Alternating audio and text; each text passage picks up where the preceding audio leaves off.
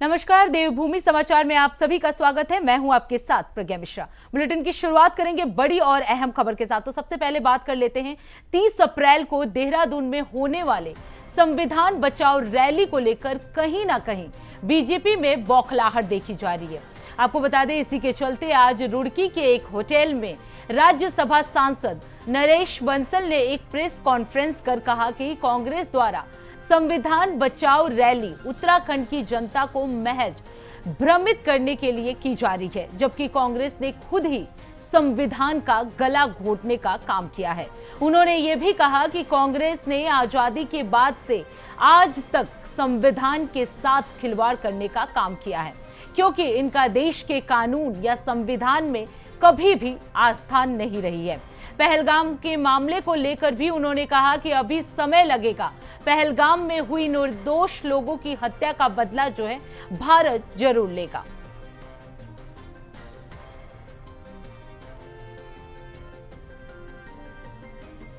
तो आपको बता दें, संविधान बचाओ रैली को लेकर राज्यसभा सांसद ने यह प्रेस कॉन्फ्रेंस की। प्रेस कॉन्फ्रेंस में उन्होंने कांग्रेस पर तंज कसा और तंज कसते हुए कहा कि संविधान बचाओ रैली केवल भ्रमित करने के लिए की जा रही है। साफ है कि वो कांग्रेस जिसने देश की आज़ादी से लेकर आज तक दर्जनों बार संविधान के साथ खिलवाड़ किया है, जिसकी संविधान लोकतंत्र विचारों की अभिव्यक्ति, किसी चीज में कानून न्यायालय किसी चीज में भी आस्था नहीं है, समय समय पर ये उसने अपने आचरण व्यवहार विचार से व्यक्त किया है। वो कल देश में 30 तारीख को संविधान बचाओ दिवस के नाम पर जनता को भ्रमित और गुमराह करने का काम कर रही है। उसका पर्दाफाश करने के लिए मैंने आपको बताने का प्रयत्न किया है कि किस प्रकार से समय समय पर कांग्रेस के नेहरू जी हों, इंदिरा जी हों, राजीव गांधी हों, मनमोहन सिंह हो, सोनिया गांधी जी हो, राहुल गांधी हो, सबने संविधान के साथ हर कदम पर खिलवाड़ किया है और केवल अपनी सत्ता को बनाए रखने के लिए चाहे जो संशोधन करना पड़ा वो किया है। उनको संविधान बचाओ ये उनके मुख से कहना ही अच्छा नहीं लगता है। भीमराव अंबेडकर जी पे ज्यादा जानकारी देने के लिए हमारे साथ धनराज गर्ग जुड़ चुके हैं। धनराज, जिस तरीके से कांग्रेस द्वारा संविधान बचाओ रैली जो है वो निकाली जा रही है, इसको लेकर अब बीजेपी में बौखलाहट जो है वो देखने को मिल रही है।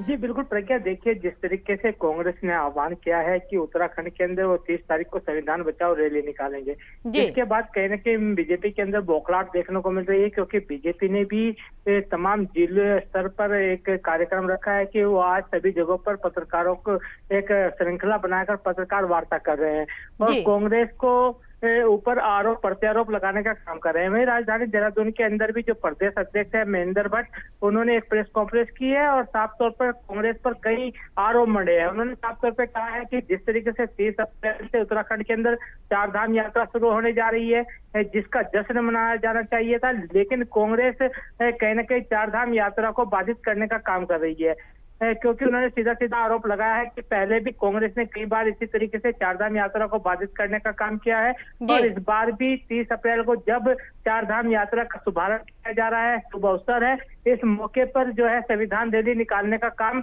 कांग्रेस की तरफ से किया जा रहा है। और उन्होंने साफ तौर पर कांग्रेस से ये भी कहा है कि यदि कांग्रेस के अंदर जरा सी भी नैतिकता है तो वो इस जो संविधान रैली निकाल रहे हैं इसको स्थगित करें। बिल्कुल धनराज, अब इसके बाद से क्या कांग्रेस की तरफ से कोई प्रतिक्रिया आई है? क्योंकि जिस तरीके से बीजेपी के लोग लगातार प्रेस कॉन्फ्रेंस कर रहे हैं, वो साफ तौर पर कह रहे हैं कि कांग्रेस का ये संविधान यात्रा जो है वो लोगों को भ्रमित करने का है। तो ऐसे में कांग्रेस का कोई प्रतिक्रिया? जी बिल्कुल, देखिए जिस तरीके से बीजेपी ने साफ तौर पर कहा है कि कांग्रेस की जो ये संविधान रैली है वो कहीं ना कहीं लोगों को भ्रमित करने का काम कर रही है, लेकिन वही अब विपक्ष की तरफ से भी इसका जो पलटवार है वो किया गया है और साफ तौर पर कांग्रेस की तरफ से कहा गया है कि बीजेपी घबरा गई है और बीजेपी के अंदर एक डर है कि जिस तरीके से संविधान रैली निकाली जा रही है संविधान बचाओ के लिए, उसको देखते हुए कहीं ना कहीं बीजेपी डर चुकी है और बीजेपी को अपना जो आईना है वो दिखने लगा है कि 2027 के चुनाव में या फिर पंचायत चुनाव में कहीं ना कहीं बीजेपी का सुपड़ा साफ हो सकता है। जिससे बीजेपी डर के कारण ही आज प्रेस कॉन्फ्रेंस जगह जगह पर कर रही है। और लेकिन वही कांग्रेस ने कहा है कि कांग्रेस अपनी जो रैली है वो निकालेगी, इसको स्थगित नहीं करेगी। बिल्कुल धनराज, इस मामले में नरेश बंसल जो सांसद है, राज्यसभा सांसद, उनका भी बयान सामने आया है। वो भी साफ तौर पर कह रहे हैं कि गला घोटने का काम करती है कांग्रेस। जी बिल्कुल, देखिए चाहे राज्यसभा सांसद हो, नरेश बंसल हो या फिर प्रदेश अध्यक्ष महेंद्र भट्ट हो, तमाम जो बीजेपी के नेता है उन्होंने आज प्रेस कॉन्फ्रेंस की है जगह जगह पर। और सभी यही कहते हुए नजर आ रहे हैं कि कांग्रेस कहीं ना कहीं जनता को भ्रमित करने का काम करती है। चाहे वो सरकार कांग्रेस की जब रही है, जब उन्होंने कहीं ना कहीं अत्याचार किए हैं और जो संविधान बचाने की बात करते हैं, संविधान का गला घोटने का काम कांग्रेस ने किया है। जी बिल्कुल धनराज, जिस तरीके से लगातार बीजेपी की तरफ से प्रेस कॉन्फ्रेंस किया जा रहा है, लगातार उस पर तंज कसा जा रहा है कांग्रेस पर। अब देखना ये होगा कि कांग्रेस क्या कुछ प्रतिक्रिया इस मामले में देती है। बहुत बहुत धन्यवाद धनराज इस खबर पर विस्तार से जानकारी देने के लिए। अब रुक कर लेते हैं अगली खबर की। कश्मीर में आतंकी हमले के बाद उत्तराखंड में रेड अलर्ट जो है वो जारी कर दिया गया है। आपको बता दें, रुड़की के पिरान कलियर में आज सुबह भारी संख्या में पुलिस फोर्स ने सघन चेकिंग अभियान चलाया। इस दौरान पुलिस फोर्स ने रैन बसेरों, झुग्गी झोपड़ियों और होटलों को भी खंगाला। वहीं सघन चेकिंग टीम में एसपी देहात के नेतृत्व में 6 टीमें सघन चेकिंग कर रही हैं। वहीं इस दौरान कई संदिग्ध लोग भी मिले जिनको हिरासत में ले लिया गया है। आपको बता दें, सर्च अभियान के दौरान लोगों के आधार कार्ड चेक कर संदिग्धों को पहचान किया गया और आबादी क्षेत्रों में ये अभियान जो है वो लगातार सरकार की तरफ से चलाया जा रहा है। एसपी देहात शेखर चंद्र सोयाल ने कहा कि बड़ा सघन चेकिंग अभियान ऑपरेशन जो है वो चलाया जा रहा है, जिसमें 20 से अधिक संदिग्ध लोग को हिरासत में लिया गया है, जिसमें कई लोगों के पास आधार कार्ड नहीं थे। फिलहाल ऑपरेशन जो है वो लगातार जारी है। देखिए, अभी काफ़ी सारी फोर्स इकट्ठा करने के बाद एक सघन अभियान हमने चला रखा है सुबह से वेरिफिकेशन का।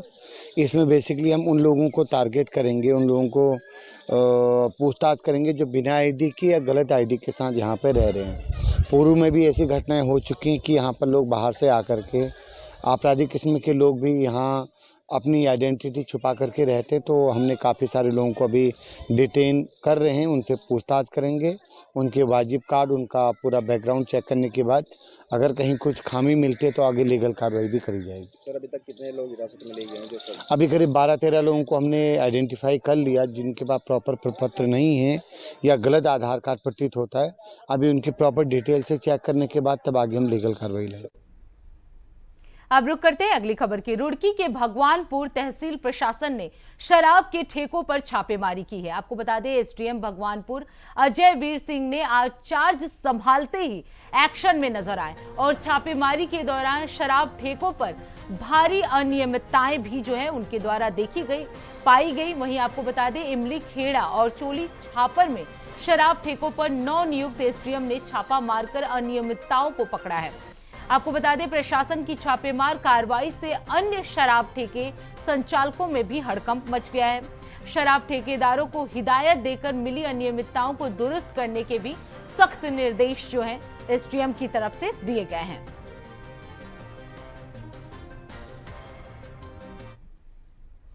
अब रुक करते हैं अगली खबर की। खबर देहरादून से है, जहां कांग्रेस के संविधान बचाओ कार्यक्रम के विरोध में कल यानी 30 अप्रैल को बीजेपी प्रदेश के 19 संगठनात्मक जिलों में पत्रकार यानी प्रेस वार्ता करेगी। आपको बता दें, बीजेपी प्रदेश मुख्यालय में अध्यक्ष तो अन्य जिलों में बीजेपी के सांसद, मंत्री और संगठन के प्रवक्ता जाकर पत्रकार वार्ता करेंगे। आपको बता दें, बीजेपी के इस वार्ता का उद्देश्य पत्रकार वार्ता के माध्यम से पूरे प्रदेश के जनमानस को यह समझाना कि कांग्रेस हमेशा अंबेडकर की नीतियों और सिद्धांतों की विरोधी रही है। कांग्रेस ने नहीं बल्कि बीजेपी ने बाबा भीमराव अंबेडकर को भारत रत्न देकर उनका सम्मान किया। बीजेपी का आरोप यह भी है कि कांग्रेस का इतिहास रहा है कि उन्होंने हमेशा संविधान की धज्जियां उड़ाई है। देश में इमरजेंसी से लेकर भीमराव अंबेडकर की अवहेलना जग जाहिर है। उन्होंने कभी भी बाबा साहेब अंबेडकर को सम्मान नहीं दिया।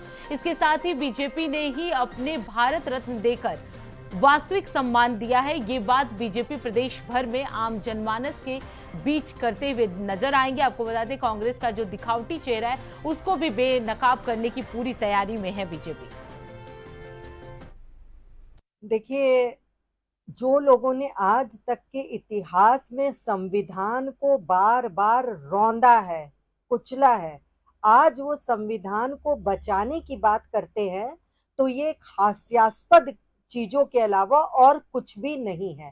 जिन्होंने इमरजेंसी लगाकर संविधान का हनन किया है, जिन्होंने बाबा भीमराव अंबेडकर जी को जीवित रहते कभी भारत रत्न के बारे में नहीं सोचा, कभी भी जिन्होंने संविधान के जो रचयिता है उनको इज्जत से नहीं नवाजने के बारे में सोचा, आज वो संविधान बचाने के बारे में बात करते हैं तो इससे ज्यादा गिरी हुई बात कोई भी नहीं हो सकती है। वो संविधान को लेकर चल रहे हैं, एक दिखावा कर रहे हैं, तो इन सब नाग नौटंकी के अलावा ये कुछ भी नहीं कर रहे हैं। तो इसी को लेकर हम लोग सभी जनता के बीच में जाएंगे। भारतीय जनता पार्टी के सभी कार्यकर्ता, सभी हमारे विधायक, सभी हमारे मंत्री, जो हमारे 19 संगठनात्मक जिले हैं वहां पर कल सभी हमारे लोग जाएंगे। प्रेस वार्ता आयोजित करी जाएगी, जनता के बीच में इन सब विषय को रखा जाएगा, लोगों को बताया जाएगा कि इन्होंने संविधान को किस प्रकार से आज तक कुचला है और जिसकी शुरुआत कल हमारे प्रदेश मुख्यालय में हमारे यशस्वी प्रदेश अध्यक्ष श्री महेंद्र भट्ट जी के द्वारा शुरुआत करी जाएगी। और सभी हमारे संगठनात्मक 19 जो जिले हैं उसमें भी प्रेस वार्ता को आयोजित किया जाएगा और सभी विषय को प्रमुखता के साथ में रखा जाएगा। अब रुक करते हैं अगली खबर की। खबर रानीखेत से है, जहां छावनी परिषद सभागार में ओपन टू ऑल की बैठक हुई। इस दौरान बोर्ड के अध्यक्ष KRC commandant brigadier Sanjay Yadav और VSM के द्वारा सभी उपस्थित लोगों की समस्याओं पर समाधान किए जाने का आश्वासन भी दिया गया। वहीं CEO कैंट कुणाल रोहिला और बोर्ड के एकल सदस्य मोहन नेगी की उपस्थिति में कुछ तत्काल निर्णय भी लिए गए। आपको बता दें कि सेना द्वारा सैन्य क्षेत्र की सड़कों पर सिविल यातायात को रोक दिए जाने को लेकर लोगों में रोष जो है वो व्याप्त था, जिस पर व्यापक चर्चा के बाद ये भी निश्चित किया गया कि इसमें कुछ ढील दी जाए। ये कैंटोनमेंट बोर्ड की तरफ से प्रयास है कि आम जनता के साथ डायरेक्ट संवाद किया जा सके और आज की मीटिंग बड़ी सक्सेसफुल रही है। बहुत बातों पे विचार हुए हैं और काफ़ी डिसीजन लिए जाएंगे और मेरा आशा है कि जल्द ही जो प्रॉब्लम्स हैं उनका समाधान जो है कैंटोनमेंट बोर्ड रख सके। इस प्रकार की अफवाह है, 24 घंटे सड़क आम जनता ज़रूरतमंद सबके लिए खुली हुई है। मिलिट्री ट्रेनिंग के लिए कभी भी मात्र कोई छोटे समय के लिए रोड टेम्परेरीली बंद की जाती है, उससे हम आम जनता से सहयोग चाहते हैं क्योंकि वो मिलिट्री पर्पज़ के लिए ही रोड है और उस समय आम जनता के लिए अल्टरनेट रोड जो बाईपास है वो अवेलेबल है और उसके अलावा भी जो भी इमरजेंसी व्हीकल्स हैं, इंडिविजुअल्स हैं, उनको उस दौरान भी जाने दिया जाता है। ऐसा कोई रोड, माल रोड या CND रोड रानीखेत में बंद नहीं। अब रुक करते हैं अगली खबर की। खबर देहरादून से है, जहां बारिश का मौसम आते ही उसका असर जल भराव के रूप में देखने को मिलता है, जिसको लेकर दून नगर निगम के आयुक्त नमामि बंसल ने कहा कि निश्चित जल भराव एक बड़ी समस्या है। साथ ही उन्होंने कहा कि जल भराव को देखते हुए इलाकों को चिन्हित कर दिया गया और उनके लिए योजनाएं भी जो है वो तैयार कर ली गई हैं। इसके साथ ही उन्होंने बताया कि रेन वाटर हार्वेस्टिंग के लिए भी नगर निगम योजनाएं जो है वो तैयार कर रही है ताकि गंभीर इलाकों में कम से कम जल भराव हो और रेन वाटर हार्वेस्टिंग के माध्यम से जल संरक्षण पर भी काम किया जा सके। बिल्कुल, वाटर लॉगिंग एक गंभीर समस्या होती है मानसून के दौरान और इसी क्रम में ऑलरेडी जो क्रिटिकल वाटर लॉगिंग पॉइंट्स हैं उनको आइडेंटिफाई करते हुए उनके लिए स्पेसिफिक योजनाएं तैयार कर ली गई हैं। इसके अलावा रेन वाटर हार्वेस्टिंग को भी प्रमोट करने के लिए नगर निगम योजना तैयार कर रहा है। प्रयास ये किया जा रहा है कि जितने भी क्रिटिकल वाटर लॉगिंग पॉइंट्स हैं उनमें कम से कम जल भराव होने पाए और रिचार्ज पिट्स रेन वाटर हार्वेस्टिंग के माध्यम से जल संरक्षण पर भी इसमें संयुक्त रूप से काम किया जाए। अब रुक करते हैं अगली खबर की। खबर देहरादून से है, जहां मुख्य सचिव आनंद वर्धन ने सचिवालय में शहर की यातायात व्यवस्था को लेकर महानगर परिवहन प्राधिकरण सहित संबंधित अधिकारियों के साथ बैठक की है और कुछ आवश्यक दिशा निर्देश भी दिए। साथ ही मुख्य सचिव ने अधिकारियों को पिछली बैठकों के लिए गए निर्णयों की भी जानकारी दी। उन्होंने कहा कि देहरादून शहर की यातायात संकुलन की समस्या को दूर करने के लिए तैयार योजना को धरातल पर शीघ्र से शीघ्र उतारा जाए। साथ ही उन्होंने कहा कि जो वाणिज्यिक परिसर और शॉपिंग मॉल में अपनी पार्किंग का प्रयोग नहीं कर रहे हैं, उन पर भी कार्रवाई की जाए। इसके साथ ही आपको बता दें, परिवहन प्राधिकरण को लेकर मुख्य सचिव ने कई अहम दिशा निर्देश भी दिए। यातायात व्यवस्थाओं को लेकर ये दिशा निर्देश जो है डीएम की तरफ से दिए गए। पिछली बैठकों की भी जानकारी जो है उनके द्वारा ली गई।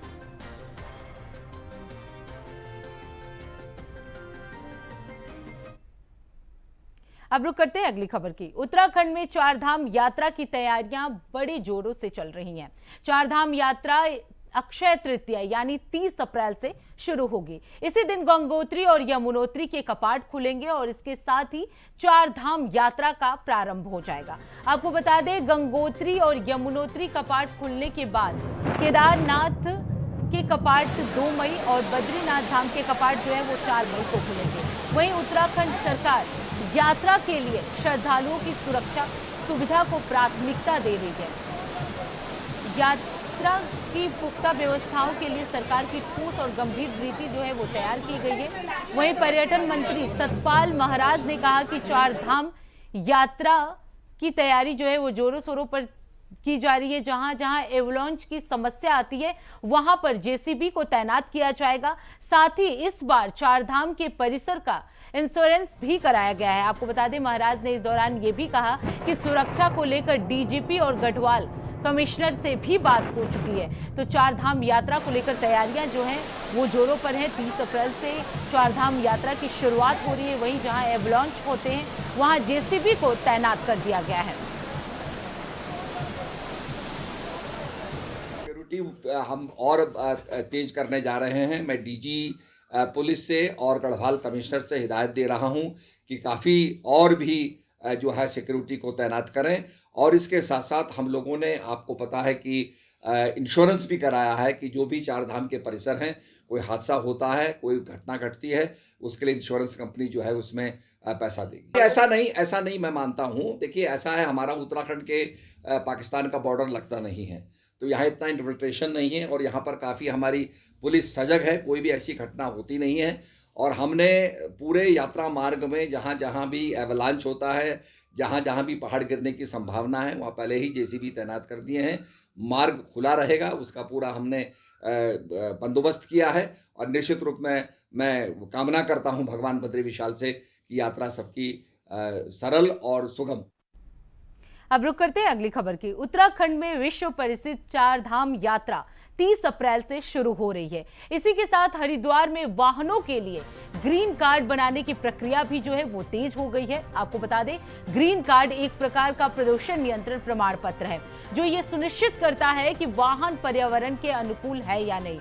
वहीं हरिद्वार के आरटीओ कार्यालय पर इन दिनों भारी भीड़ जो है वो देखने को मिल रही है, जहां वाहन स्वामी अपने दस्तावेजों की जांच करवाकर ग्रीन कार्ड लेने के लिए लाइन में खड़े हैं। ये कार्ड चारधाम यात्रा के दौरान वाहनों के प्रवेश के लिए अनिवार्य कर दिया गया है। आपको बता दें कि आरटीओ कार्यालय के प्रशासनिक अधिकारी निखिल शर्मा ने भी इसकी जानकारी दी है और जानकारी देते हुए उन्होंने कहा कि इस बार बाहरी राज्यों से आने वाले वाहनों को सिर्फ 15 दिनों तक की वैधता वाला ग्रीन कार्ड ही जारी किया जाएगा। इसके अलावा ड्राइवरों के लिए विशेष डेवलपमेंट क्लास भी आयोजित की जाएगी ताकि वे श्रद्धालुओं के साथ शिष्ट व्यवहार कर सके और यात्रा का अनुभव सुखद बना सके। इसके साथ ही आपको बता दें, हरिद्वार में ग्रीन कार्ड के लिए होड़ जो है वो मच चुकी है। चारधाम यात्रा से पहले ये होड़ जो है वो देखने को मिल रही है। आरटीओ कार्यालय पर वाहनों की लंबी कतारें जो है वो देखने को मिल रही हैं। ग्रीन कार्ड लेने के लिए लोगों की कतारें जो है वो लंबी दिख रही हैं।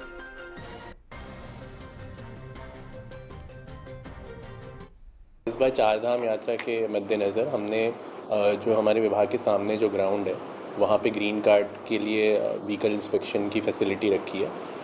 अभी तक जो ग्रीन कार्ड है हमारे यहाँ लगभग 1300 ग्रीन कार्ड बन चुके हैं, अप्रूव हो चुके हैं और अब बाहर से भी जो वाहन हैं उनके भी ग्रीन कार्ड बनना शुरू होंगे जो बाहरी राज्यों के हैं। इस बार जो बाहरी राज्यों के वाहन हैं उनका ग्रीन कार्ड 15 दिन के लिए बन पाएगा, उसके बाद उनको फिर से उसको रिन्यू कराना पड़ेगा।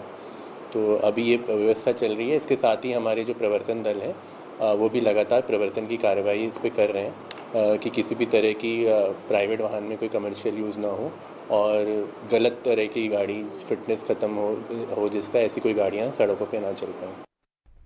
अब रुक करते हैं अगली खबर की। पहलगाम हमले को लेकर उत्तराखंड बीजेपी अध्यक्ष महेंद्र भट्ट ने प्रेस वार्ता की है। आपको बता दें, इस दौरान प्रदेश अध्यक्ष ने कहा कि पहलगाम हमले को लेकर देश जो है वो क्षुब्ध है, लेकिन कांग्रेस रैली निकाल रही है। जिस दिन चारधाम यात्रा शुरू हो रही है उसी दिन कांग्रेस जो है अपनी रैली निकाल रही है। कांग्रेस की रैली भर्त्सना करता हूं। वहीं चारधाम यात्रा को लेकर कहा कि हर साल की तरह इस साल भी लाखों की संख्या में श्रद्धालु जो है वो चारधाम आएंगे। मित्रों, आज की पत्रकार वार्ता कुछ खास विषय को लेकर है। आज देश के प्रधानमंत्री मोदी जी के नेतृत्व में राष्ट्र की दिशा में एकजुटता से बढ़ रहा है।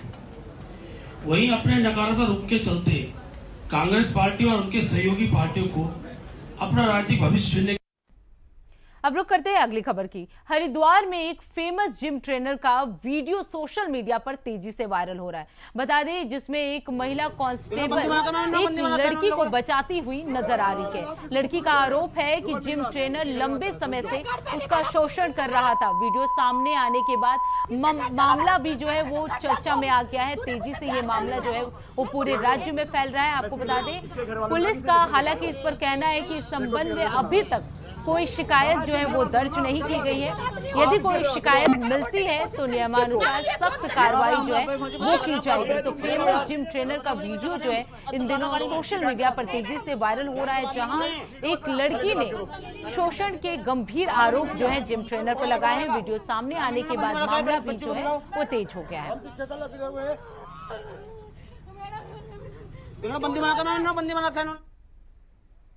तो फिलहाल देवभूमि समाचार में इतना ही। देश दुनिया की तमाम बड़ी खबरों के लिए देखते रहिए इंडिया वॉइस। तब तक के लिए नमस्कार।